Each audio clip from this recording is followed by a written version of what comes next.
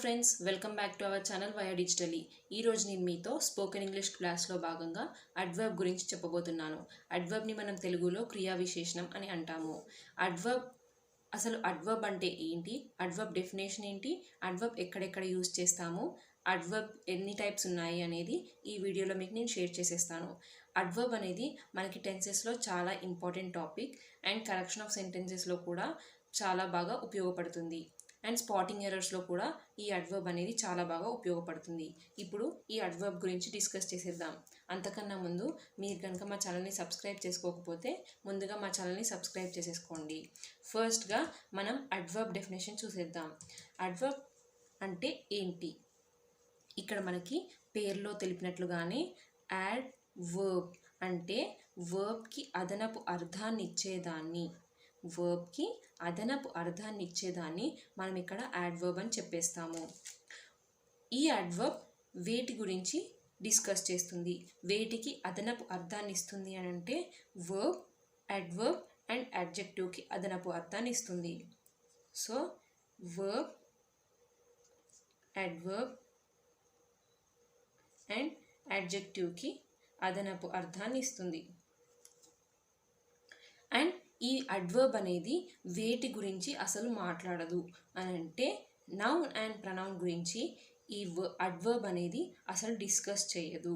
So మనం బాగా గుర్తుపెట్టుకోవాల్సింది ఏంటి అంటే నౌన్ అండ్ ప్రనౌన్ గురించి ఈ అడ్వర్బ్ అసలు డిస్కస్ చేయదు. సో ఇప్పుడు ఈ వర్బ్, అడ్వర్బ్, యాడ్జెక్టివ్ని ఎలా అదనపు అర్థాన్ని ఇస్తుందో మనం చూసేద్దాం.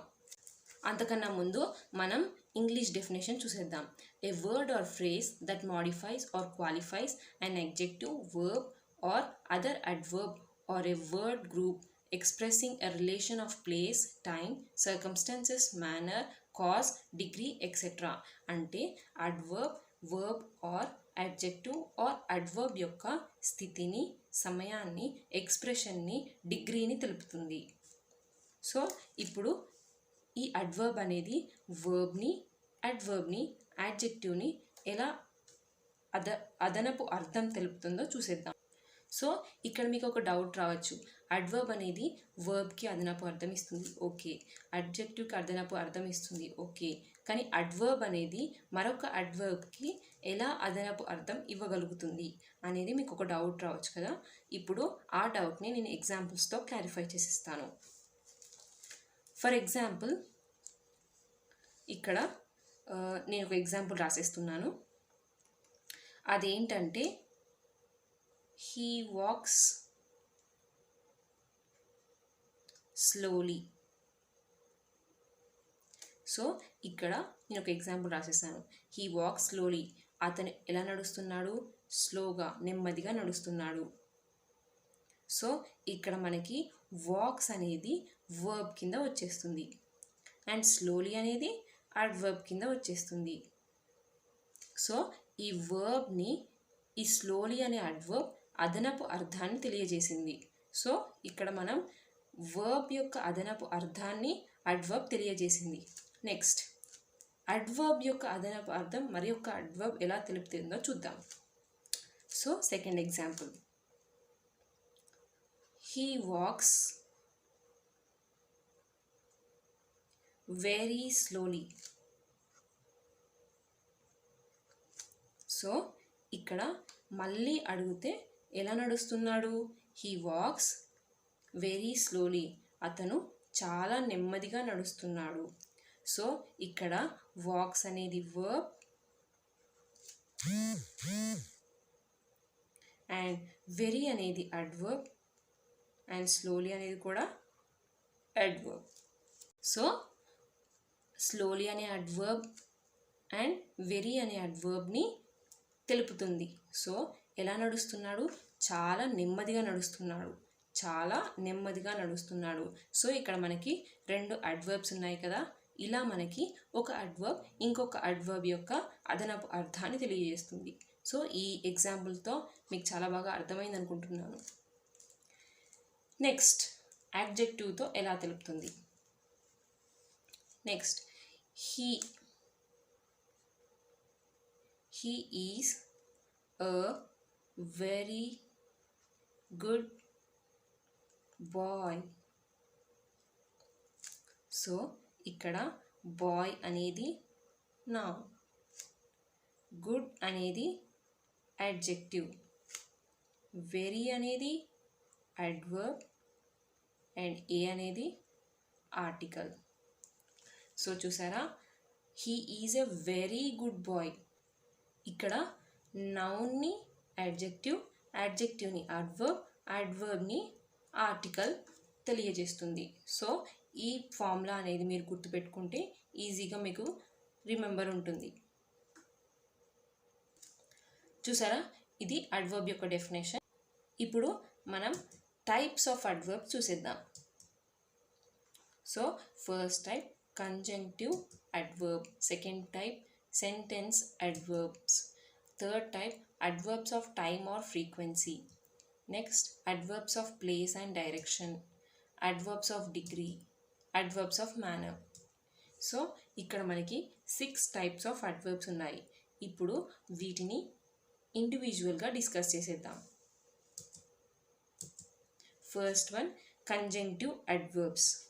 కంజంక్టివ్ అడ్వర్బ్స్ అంటే ఏంటో చూసేద్దాం. తెలుగులో చెప్పాలంటే కంజంక్టివ్ అడ్వర్బ్స్ అనేది 2 క్లాజెస్ని కనెక్ట్ చేసినప్పుడు దాన్ని మనం కంజంక్టివ్ అడ్వర్బ్స్ అని చెప్పేసేయచ్చు. నెక్స్ట్ ఇంగ్లీష్ డెఫినేషన్ చూసేద్దాం. A conjunctive adverb connects phrases or independent clauses. It provides transition between ideas and shows relationships. So ఇక్కడ మీరు చూసినట్లుగానే connects phrases and independent clauses, దాన్ని మనం కంజంక్టివ్ అడ్వర్బ్ అని చెప్పేసేయచ్చు. సో కంజంక్టివ్ అడ్వర్బ్స్లో మనం ఎగ్జాంపుల్స్ చూసేద్దాం. Conjunctive adverbs is also called as connectors. అంటే మనం కనెక్టర్స్ అని కూడా దీన్ని చెప్పేసేయచ్చు. ఎగ్జాంపుల్స్ ఏంటి అంటే, it rained last night, nonetheless the final match has not been cancelled. So it rained last night అంటే లాస్ట్ నైట్ వర్షం పడింది, కానీ the final match has not been cancelled, match మాత్రం క్యాన్సిల్ కాలేదు అని ఈ 2 సెంటెన్సెస్, ఈ 2 ఫ్రేజెస్ని, క్లాజెస్ని ఈ కాంజంక్టివ్ అడ్వర్బ్ అనేది కనెక్ట్ చేసేసింది. సో ఇలా మనం ఎగ్జాంపుల్గా చూసేసేయచ్చు. Next example, we are still confused however if the empires will come. ఇక్కడ మనకి 2 సెంటెన్సెస్ని, 2 క్లాజెస్ని however అనే వర్డ్ అండ్ కంజంక్టివ్ క్లాజ్ కలిపేసింది. ఇలా 2 సెంటెన్సెస్ ఆర్ 2 క్లాజెస్ని, ఫ్రేజెస్ని కలిపినప్పుడు దాన్ని మనం, ఆ వర్డ్ని మనం కంజంక్టివ్ అడ్వర్బ్ అని చెప్పేసేయచ్చు. Next one sentence adverb. A sentence adverb starts the sentence and modifies the whole sentence. అంటే ఈ సెంటెన్స్ అడ్వర్బ్ సెంటెన్స్ యొక్క మొదట్లో స్టార్ట్ అయ్యి ఆ సెంటెన్స్ యొక్క పూర్తి అర్థాన్ని చేంజ్ చేస్తుంది. అలాంటి సెంటెన్స్ని మనం ఇక్కడ సెంటెన్స్ అడ్వర్బ్ అని చెప్పేసుకోవచ్చు. ఎగ్జాంపుల్స్ ఏంటి అంటే, hopefully we will win the match, ఈ మ్యాచ్ విన్ అవుతామని ఆశిస్తున్నాను. సో ఇక్కడ మనకి ఈ మ్యాచ్ విన్ అవుతాము అని ఆశిస్తున్నాము అనే సెంటెన్స్లో ఈ హోప్ఫుల్లీ అనే వర్డ్ మనకి ఆశిస్తున్నాము అనేది తెలిపింది కాబట్టి పూర్తి సెంటెన్స్ని మార్చేసింది. Next apparently the sky is getting cloudy. Next certainly I did not think of coming here, అంటే నేను అనుకోలేదు ఇక్కడికి వస్తానని. సో ఇలాంటి వర్డ్స్తో మనకి పూర్తి సెంటెన్స్ చేంజ్ అయినప్పుడు మనం దీన్ని సెంటెన్స్ అడ్వర్బ్ అని చెప్పేసుకోవచ్చు. Next one adverb of time or frequency. దీన్ని మనం వెన్తో రిప్రజెంట్ చేసేస్తాము. అంటే మనకి ఒక పని ఎప్పుడు జరిగింది అని అడగాలనిపించినప్పుడు మనం ఇక్కడ అడ్వర్బ్ ఆఫ్ టైమ్ని రిప్రజెంట్ చేసేస్తాము. Adverb of time or frequency indicates time or frequency of the action in a sentence. They answer the questions when, how frequently is the action performed. So ఇక్కడ మనకి టైంని, అడ్వర్బ్ ఆఫ్ టైం అని అంటే ఎప్పుడు జరిగింది అని అడగడానికి మనం ఇక్కడ అడ్వర్బ్ ఆఫ్ టైం వెన్తో రిప్రజెంట్ చేసేస్తాము.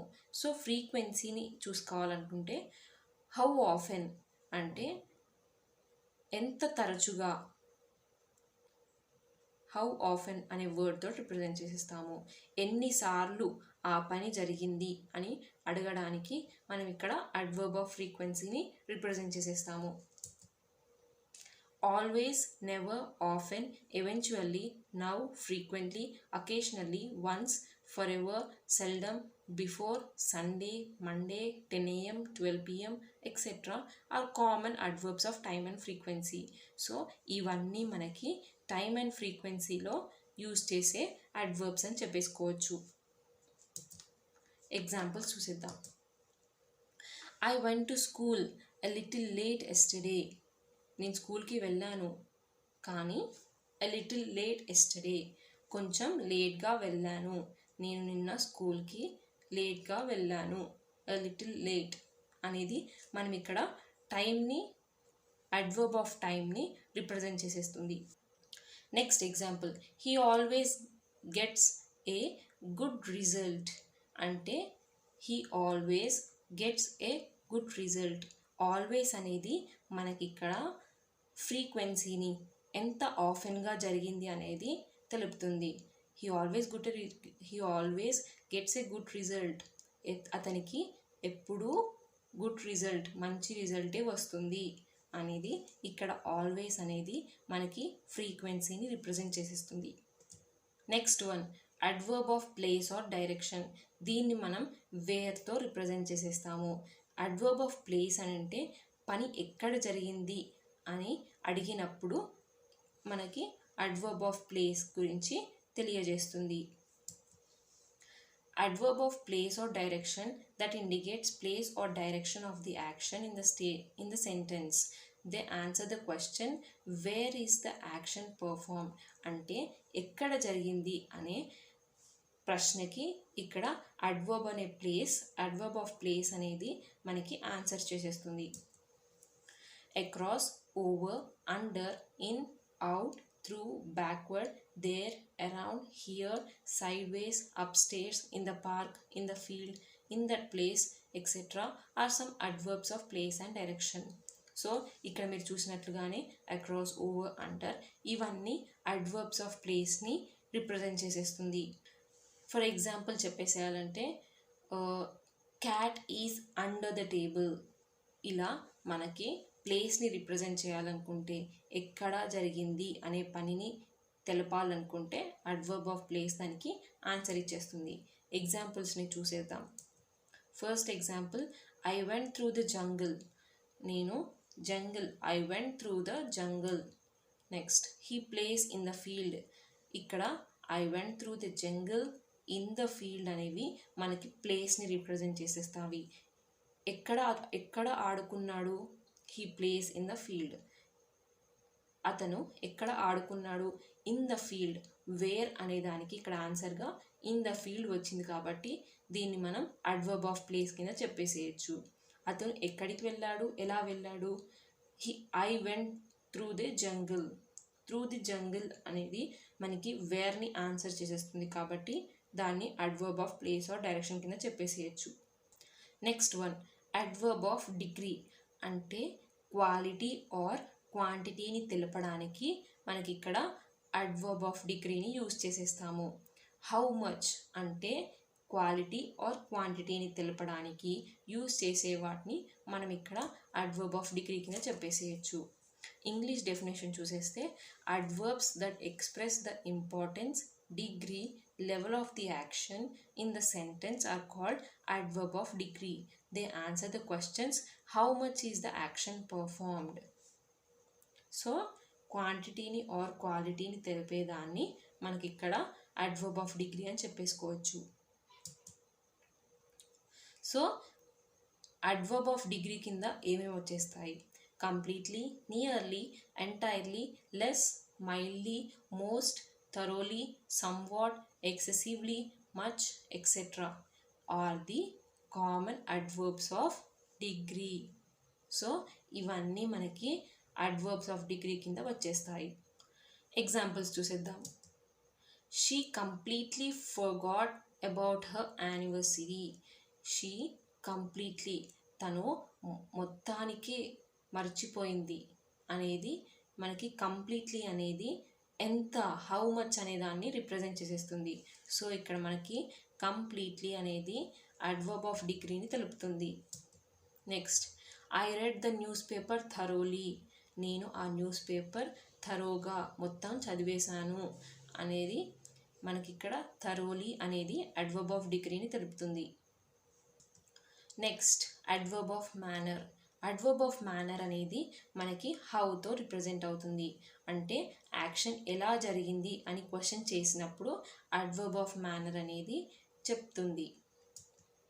So adverb that express the manner, approach, process of the action in the sentence are called adverb of manner. They answer the question, how is the action performed? So action అనేది ఎలా జరిగింది అనే దానికి ఆన్సర్గా ఇక్కడ adverb of manner చెప్తుంది. Beautifully, equally, thankfully, carefully, handily, quickly, coldly, hotly, restfully, earnestly, nicely, tirelessly, etc. are the common adverbs of manner. ఇవన్నీ మనకి adverbs of manner కిందికి వచ్చేస్తాయి. These adverbs usually end in ly. మనకి ఈ adverb of manner అనేది మోస్ట్గా lyతో end అవుతాయి. Examples, let's divide the prizes equally. అంటే ఎలా డివైడ్ చేయాలి ప్రైజ్ని?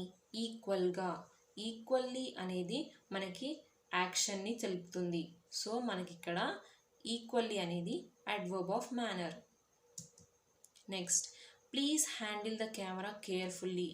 ప్లీజ్ కెమెరాని కేర్ఫుల్గా హ్యాండిల్ చేయి అనేది ఇక్కడ మనకి కేర్ఫుల్గా అనేది యాక్షన్ని తెలుపుతుంది కాబట్టి అడ్వర్బ్ అని అడ్వర్బ్ ఆఫ్ మేనర్ కింద చెప్పేసుకోవచ్చు.